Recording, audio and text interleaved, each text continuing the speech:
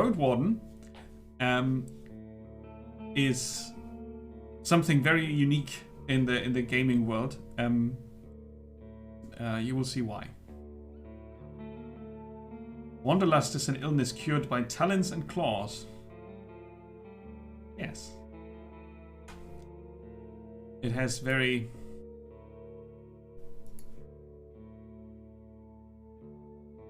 Yeah, I did an hour. It's, you know, on my own time, I would have bugged out as soon as they started doing the dialogue, and then I would have started the sandbox like 10 minutes in, and then I would have decided to quit after maximum 30 minutes. But I wanted to give the game a chance. Right. So in the settings here, you can pick basic fonts because they are easier to read. Or you can pick pixel fonts which fit the whole design of the game. I'll do that because I don't have trouble reading the pixel art, but the pixel text, it's just a good fit like this for me. But you can switch that back. I think that's kind of important to know. Everyone knows to stay away from the wilderness. Most people would never risk a lonely journey. Roadwardens not only accept the struggle, they embrace it.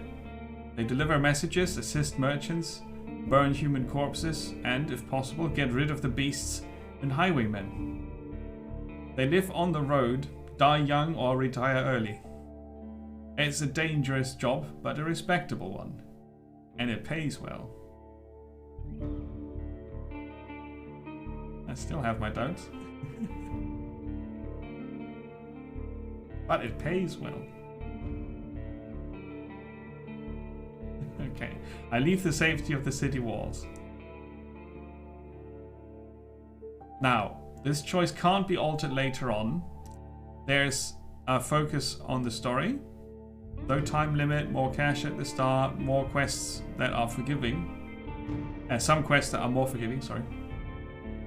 If you played role-playing games before, they recommend standard, which has a rule set, a standard rule set and a time limit. And then there's a challenge mode. I'm gonna go with standard.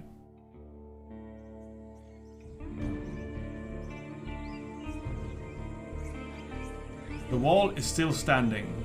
There are no wolves around, no stench of blood. Good signs. The music is too loud.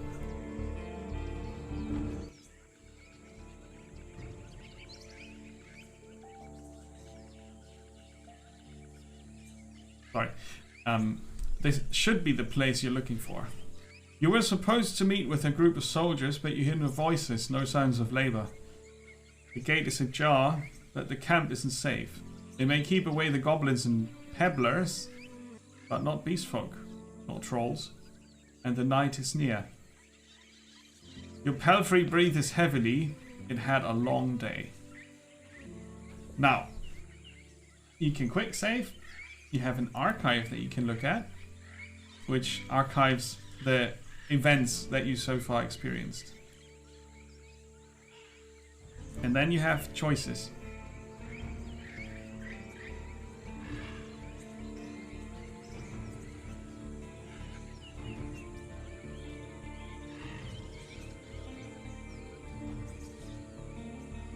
I need to look around cautiously, find the cause of whatever happened here. Considering the noise, you doubt that anyone noticed the clatter of hooves. The short, dry grasses barely cover the arid soil of this valley, but you're maybe a minute away from the edge of the sparse woods, which get denser as they climb up the hills. At best, this trail has a few more years before getting overgrown for good. Hard to believe it's the only route north. Okay, gonna get off our horse and sneak to the gate. Let's peek inside. Take care of yourself. If you're hurt or exhausted, some actions won't be available. The weaker you are, the higher the chance you'll die in combat. We've got a health meter. 3 out of 4. And 30 minutes before dusk, right? Your heavy boots hit the ground, and the pain of the long ride finally catches up with you. You stretch out, bringing your back and legs comfort. All you want now is a table, a decent chair, a nice mug of beer, and some warm stew. With any luck, your axe won't be needed here. I approach the gate slowly.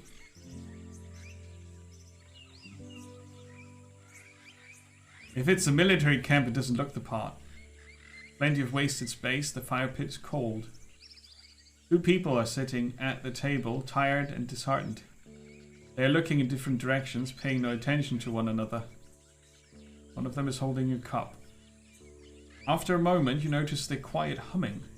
You recognize the melody of a light-hearted drinking song from the city harbour. This is highlighted somehow. Okay. Well, they don't look like much of a threat. I can enter. Right? Humming a song.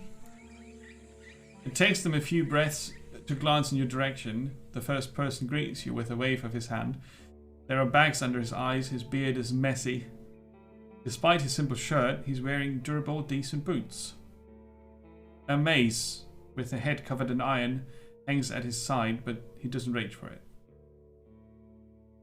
Take a look at the second soul. Just like you, she's wearing a gambeson, but hers is a bit loose, as if she took it off a corpse. Her head is shaven, as if she's protecting herself from flesh-eating bugs. Her eyes are weary, yet kind. She smiles. Considering the squad was sent here half a year ago, these 2 surely look the part. Though there should be more of them. 8, you believe.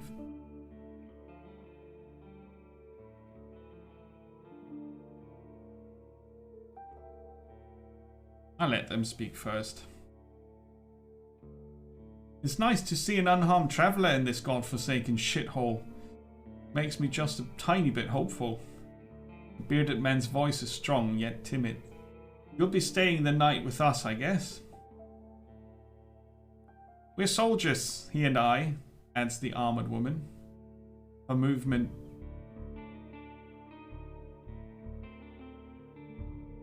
A moment? Her moment switches from half asleep to relaxed. We'll do our best to keep the camp safe, but if you were to take the first watch, it would be a huge help. Travelers ought to help each other, wouldn't you say? You think for a moment. To fully rest, you need a good sleep.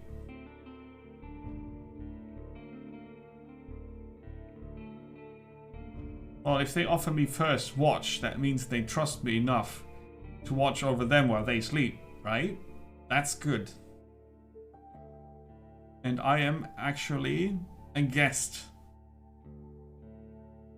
I think. Sure. I'll take first watch. Fantastic. She rubs her hands together. I don't remember the last time I had more than a half night of sleep. Half a night of sleep. The hours before midnight should be the calmest. Just wake us up if anything happens. The man flashes you a wide smile. It's easy to wake us up. Just yell. He drinks from his mug. I do ask them about their lieutenant, though. You wonder how to phrase your question. Whenever you meet new people, you can influence how they perceive you by selecting one of the attitudes. Oh, it's 1, 2, 3, 4, 5 different ones. Sad, tired, afraid, or hopeless. That's not what they need. Not intimidation either. Distanced would be okay. Use a joke. Be supportive and cordial. Well, that's formal. It's a formal question, so we're gonna not put too many emotions in there. I'm looking for your lieutenant. The woman stands up, dusts off her gambeson, adjusts the sword at her side, and rests her hand on the hilt. Her shoulders are straight, her eyes attentive. It'd be me, traveller. Are you in trouble? I'm fine. I'm your new Roadwarden. I took you for a wayfarer, to be honest. When you mentioned that your mount is waiting outside, she raises an eyebrow. Should you unsaddle it? I bet it's tired. She glances at the gate and then at her companion. Her voice drops the slightest sign of weariness. I expect you're looking for directions. I'll help you as much as I can. She reaches out to you. Lieutenant Tulia.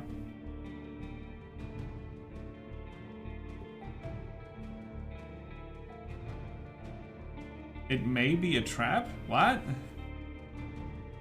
I'll shake. How do you want people to call you? The standard name would be Leto. But I am nobody, so... There we go. Her grasp is confident. The shake is slight. Just keep your horse away from the tents. She steps away. We don't need to smell its dung. Ah. There's this one issue. The soldier in the shirt also rises to his feet. We've no tent to spare. You'll have to use a blanket or something. I should get used to sleeping on the ground anyway. It's a fun job. Yeah, no horsey in this tent. You walk through the gate. Your mount looks around and snorts anxiously. Not many humans could ride a horse. It's not only taller than you, but also bulky. As heavy as it is strong. You can get in the saddle with a single breath, but most people wouldn't know where to even begin. From every side, it's a wall of flesh. Horses were brought to the Dragonwoods from the conquests in the south. They can trot for a long time, but won't outrun some of the local monsters. Your palfrey needs you to survive, but without it, you too would be lost. I don't care how the horse feels. It is my only companion here. I wanted to feel at ease. Obviously, no horse, no life, right? So it needs to be taken care of. It takes a few steps back toward you, actually, scolding you with another snort. You scratch the bottom of its neck with strength and confidence, just the way it likes it. Humans see use for animals and even pets as monsters in disguise. Getting emotionally attached to them is believed to lead humans to their doom. But you know that horses need companionship. I speak to it gently and lead it to the camp. You end up next to the fire pit. Removing the saddle makes the horse nicker with relief. You take a couple of minutes to examine its back just in case. While the riding equipment is not that heavy for such a strong animal, with enough time it starts to chafe. You wish it had something better to eat than this shabby grass. You should look for an inn. Also, I need to unpack. So, as you can see, it's a story with multiple choice and some minor stats or information on the side that you need to manage. This will be a bit more stuff coming up, but this is basically it. Obviously, this game lives off the writing, the atmosphere that creates. There's a bit of music in the background, some ambience sounds, such things. But on a gaming level, there's not a lot going on here. I still think this is pretty cool. It's a lot like those choose your own adventure books that were a thing in the 90s. In the 80s as well. But it offers a bit more than just those books. Okay. So we unpack. You haven't brought that many things, and you lost one of the sacks while fleeing the Crimson Corpse Eaters. Worst of all, you have no rope left, but maybe the soldiers could share one. Shouldn't cost more than a dragon bone. A dragon bone? Aside from the travel set, you own a few valuable possessions, essential for your trade. And then you pick a class. You can either pick from what you read here, or you can learn more about the three classes. As a fighter, you'll have an easier time in physical challenges thanks to your superior equipment and hidden bonuses during dice rolls. This is now, out of character information. You'll be physically more capable than the other classes, what opens unique opportunities during some social interactions. That should say which. It's the best class for RPG beginners. The fighter's weakness is their reliance on physical strength. Your special abilities won't be available to you if your vitality point drop to 0. Yes! Mr. Livingston, I presume? Indeed. I've got the Lizard King still here. The Island of the Lizard King, I think it's called in English.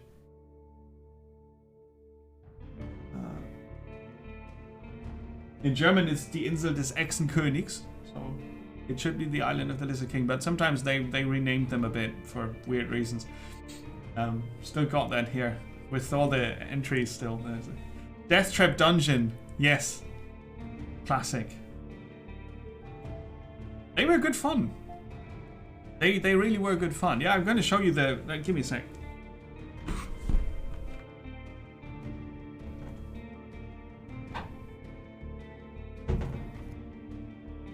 Right, that's the cover.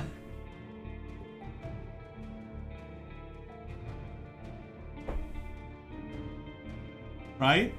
The cover should be the same. And then you had these... Oh, let's not do too many spoilers. You had your character sheet. And, well, first you had the explanation of the rules. So, and then you had your character sheet, which is a total mess in my book. I mean, you rarely see me without without the headphones, right? It's like they're permanently attached. It's like, what's with the things on his side of his head?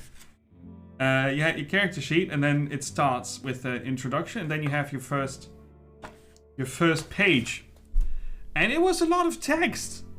I was recently looking into the book, having a look into it, right? Looking at it, and then I didn't remember it had this much text. Yes, I've got a tiny head. It's like this big.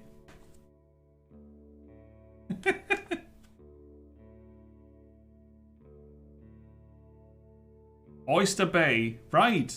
Port Blacksand. I remember parts of this. And if you didn't have any dice at hand, you could use the book. You could scroll through it to have the dice on the bottom there. Very nice.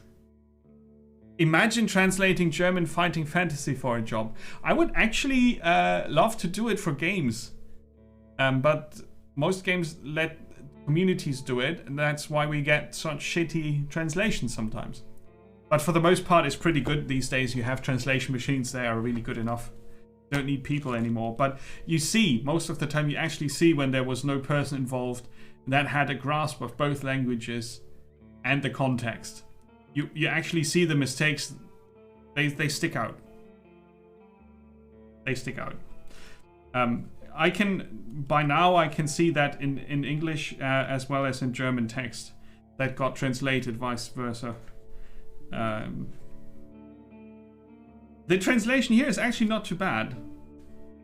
There are not many issues. A few. Some of them because it's just also very old.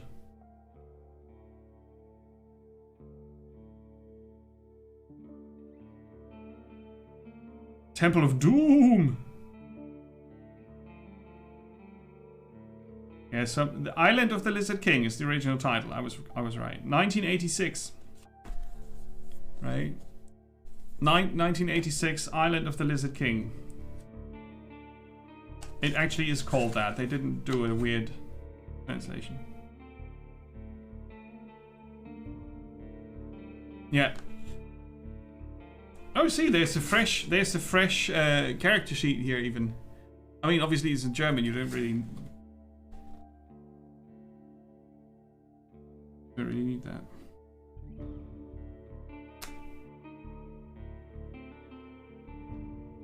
Headhunters. The headhunters in their blowtorches. Blowtorches? No, that's not what it's called. I remember most of this. That's crazy. You had a different cover. All right, okay. Funky. So, fighter, easiest class to start with. The mage uses Numa, a versatile but limited pool of energy points that can be spent to cast a few humble spells. Magic won't protect you better than a sharp axe, but as a mage you'll be able to heal faster while resting. Detect magic in a mysterious area. Distract a beast with a simple trick and find a common tongue with other magic users. Using the mage's powers too freely will result in having no Numa left when you need it the most. And then there's the scholar. The scholar will know more about the world's mysteries than you, helping you take advantage of some unusual situations. So they have background information. Your character will impress the locals with his knowledge, and you'll be able to read the sparse written clues without anyone's assistance. Scholars struggle with combat more than the other classes, but with enough carefulness and exploration, you'll gain access to alchemical mixtures that will help you escape from many dangerous situations. Damn. Oh, you have a very different cover there.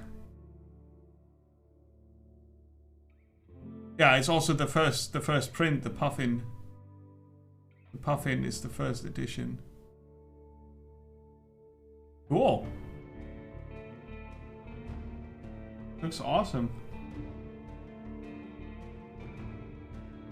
And since I played the game, I also know what we're looking at. Yeah. I just said I played the game, right? I played the book. I finished the story. That's what I should say. I'm gonna be the fighter, actually, in this.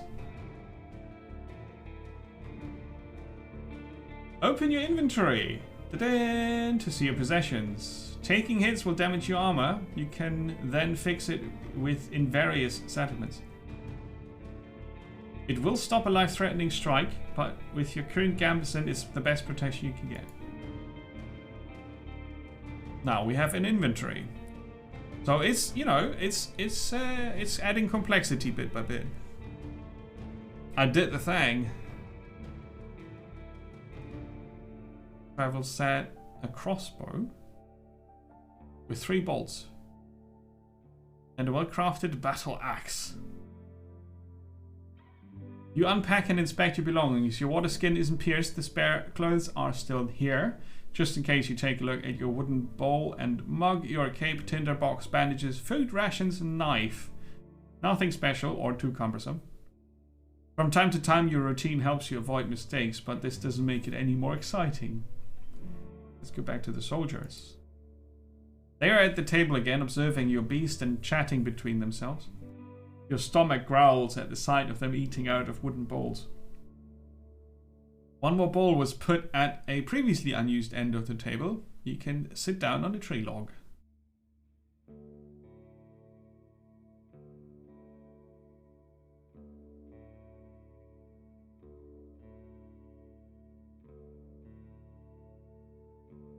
I always looking forward to food. I join them and take a look at the meal. It's cold gruel, the meal eaten in times of hardship.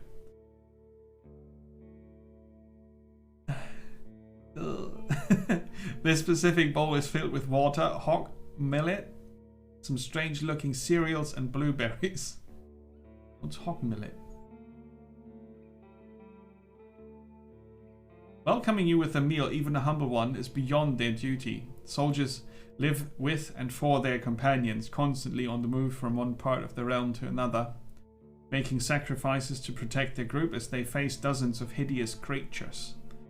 It sounds a bit like this could also be set in the world of The Witcher, by the way. You know? Like, it's fantasy and it has monsters, but it's not the glowing, shiny armor superhero fantasy, but the cruel, believable fantasy. Here's it. Oh, alright. I didn't know it was called the hog millet. Here's it. Oh, yeah. Yeah. They're these little, very tiny balls of not much taste that you can put in different food. Usually you grind it also.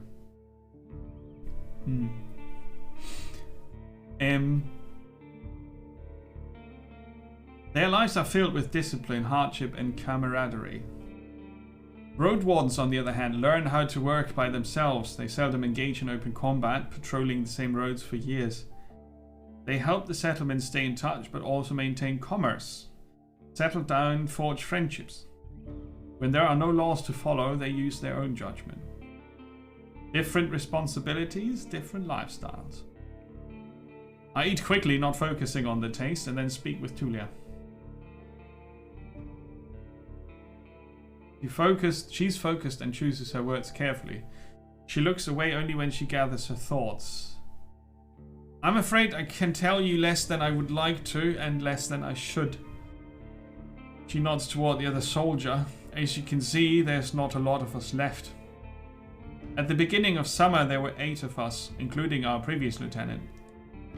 5 are dead, one has run away in tears. We are also strangers in this land, adds her companion. Any piece of information may help me do my job, I tell them. The man leans forward, his legs shake nervously. He sounds like a kid asking a bard to sing one more story, tell a joke, or do a magic trick. Whatever it takes to escape from boredom. His untrimmed beard hides a much younger face than you originally thought. What did the officials tell you? I expect not that much. No soul governs these lands.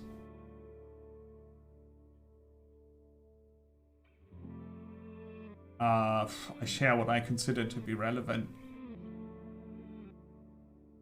You tell the soldiers how little guidance you've received since this area is too far away from Hovlavan to keep it under control. You were warned that it's untamed and unknown. Who knows how many villages, bandits, or monsters may be found in these unmapped hills and forests.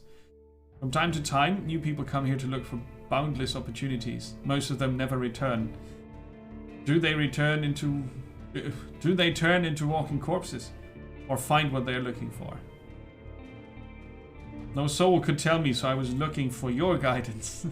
Aha. So now there are 3 fools with no clue. The lieutenant drinks from her cup and crosses her legs, ankle on knee. Seeing her chair makes you doubt she'll ever find a comfortable position. Where should we start? And now I can ask them lots and lots of questions. And I kind of want to let you guys find that out for yourself, because if you like this type of game, then you should discover the rest on your own. Right? This is enough of an appetizer for this. Roadwarden. Instead of reading a book, for example,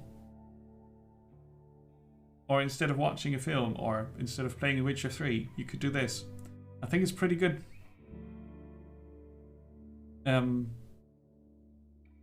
Right, like I said earlier, you can go back here. Narration text can be instantaneous if you prefer that. You can hide tutorials. There's support if you're deaf or have hearing troubles. You can describe or not describe attributes, so you can add a bit of challenge and immersion if you like. That's how it looks with the text in easier to read opposed to the pixel version, which I think might just be better for some.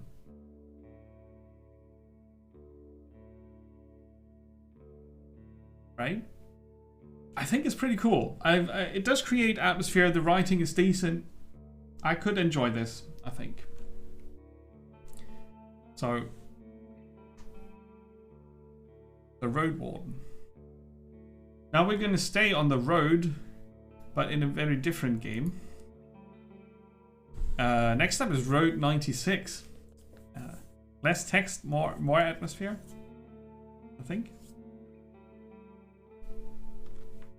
This is I think it's pretty impressive to release a game like this. I think it's a 2022 release, isn't it? Yeah, September last year. There is a demo that you can check out as well if you want to see how far the demo goes. It's currently on sale even for €8. That's a decent price. And those who did end up playing it enjoyed it. That's also good to know.